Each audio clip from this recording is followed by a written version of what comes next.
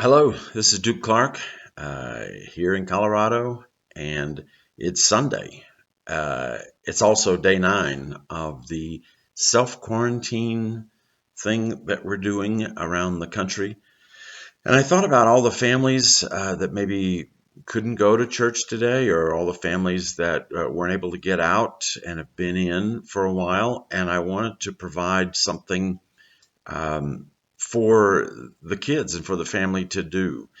So that's kind of what this is about. But first, I thought about this morning, it is a very different time, a very unusual time for us. We really haven't had something like this in our country. And being day 9 in this situation for us, it's kind of like the conspiracy theories are coming out the wall.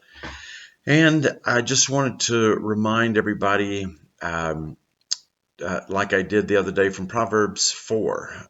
Guard your heart with all diligence, because out of it come the issues of life, or the beliefs of life. So it's important to be careful about what we're looking at. It's human nature, I know, to want to know the who, what, where, when, and why of things, and everybody's always ready to give a new theory on that. But the one thing I think for us to remember above all things is that no matter what plot, no matter what plan, no matter what crisis or situation around the world, that God is bigger than it all. God, the creator of heaven and earth, is bigger than any thing that could be happening around. And I think it's more important for us to be tapped into that source for answers, guidance, and understanding than any other source. And in light of that, one way to do that, I thought, would be to make available some of these stories that I had in this project that I've done for over 20 years called Stories for Joshua.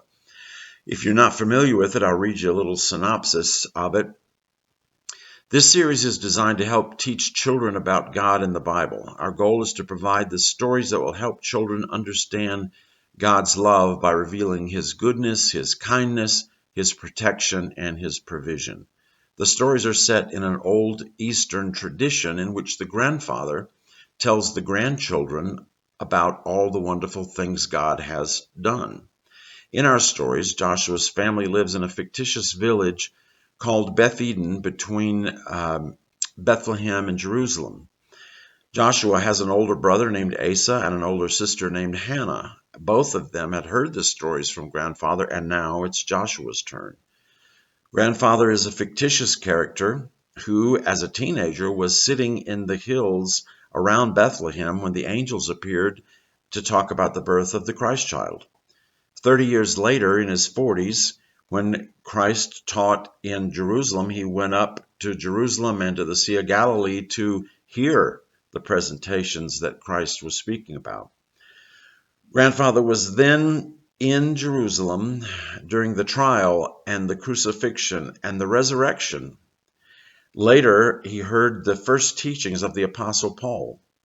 This allows grandfather, in the time span that I'm allotting here, to talk about the stories of the Old Testament and to be personally involved in some of the stories of the New Testament up through the book of Acts.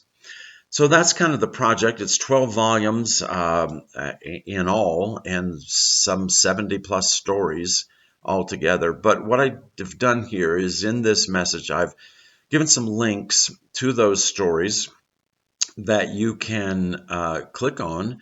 It's volume 2 of the stories where grandfather is teaching Joshua about Moses and the children of Israel and the tremendous stress and tension and everything they went through getting out of Egypt and going through the wilderness and coming into the promised land. So I thought that would be a good one to show God's care in very stressful times.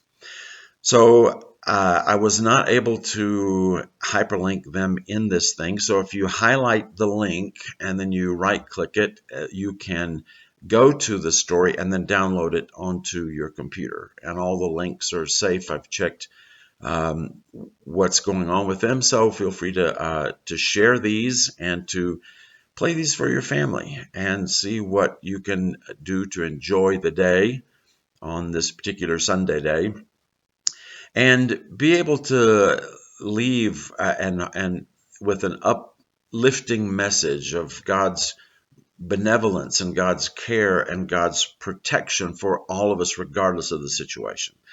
So that's what I have for today. Have a wonderful day, and I'm sure I'll be talking to you soon.